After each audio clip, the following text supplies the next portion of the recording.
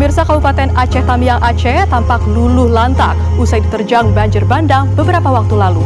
Ratusan kendaraan dan rumah warga tampak hancur.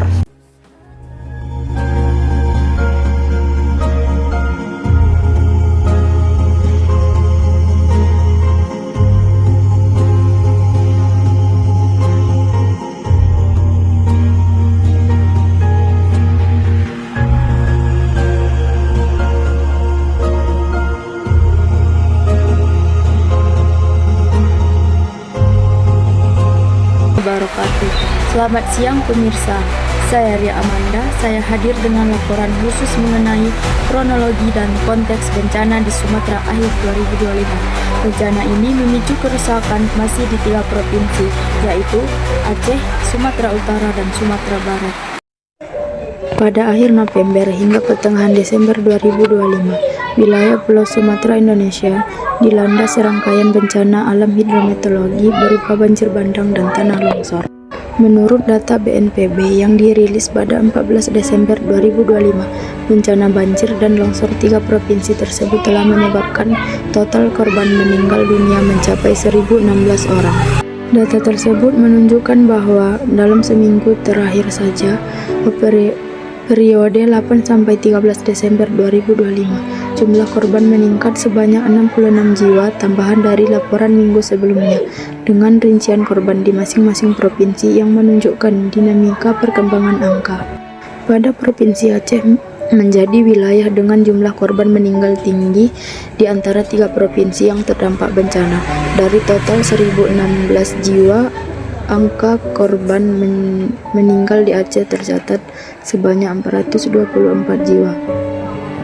Di Provinsi Sumatera Utara juga mencatat jumlah korban yang signifikan, dengan 349 jiwa meninggal dunia akibat bencana banjir dan longsor. Kondisi hidrologi di daerah ini dengan sungai-sungai besar seperti Bah Bolon dan Aek Siantar, serta topografi berbukitan di kawasan barat mempengaruhi dampak banjir, bandang, dan longsor yang menimpa pemukiman warga dan infrastruktur. Penting bencana di Sumatera juga menunjukkan pola kerusakan yang kompleks, karena tidak hanya banjir akibat sungai yang meluap, tetapi longsor di daerah bukit yang merusak jalan raya, fasilitas umum, serta rumah warga secara tiba dan masif.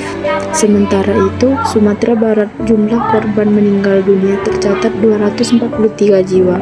Meskipun angka ini lebih rendah mencerminkan dampak bencana yang sangat besar bagi wilayah ini.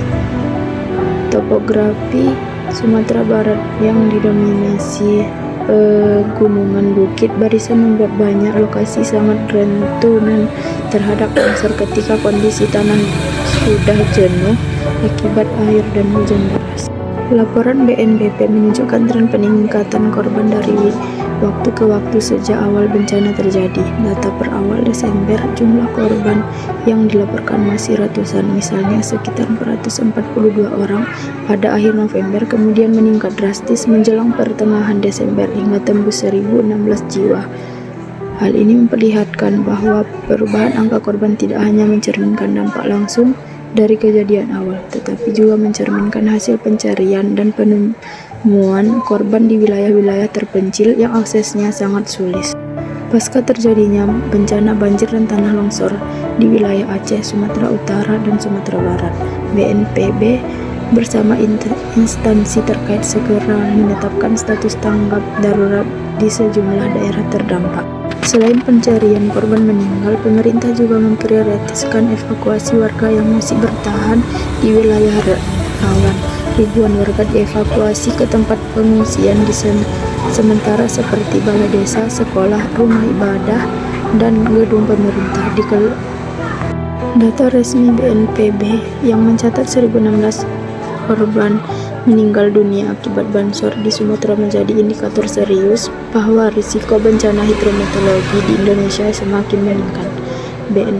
BNPB menilai bahwa kejadian ini tidak semata-mata disebabkan oleh faktor alam, tetapi juga dipengaruhi oleh kerentanan lingkungan dan kesiapsiagaan masyarakat yang masih perlu ditingkatkan.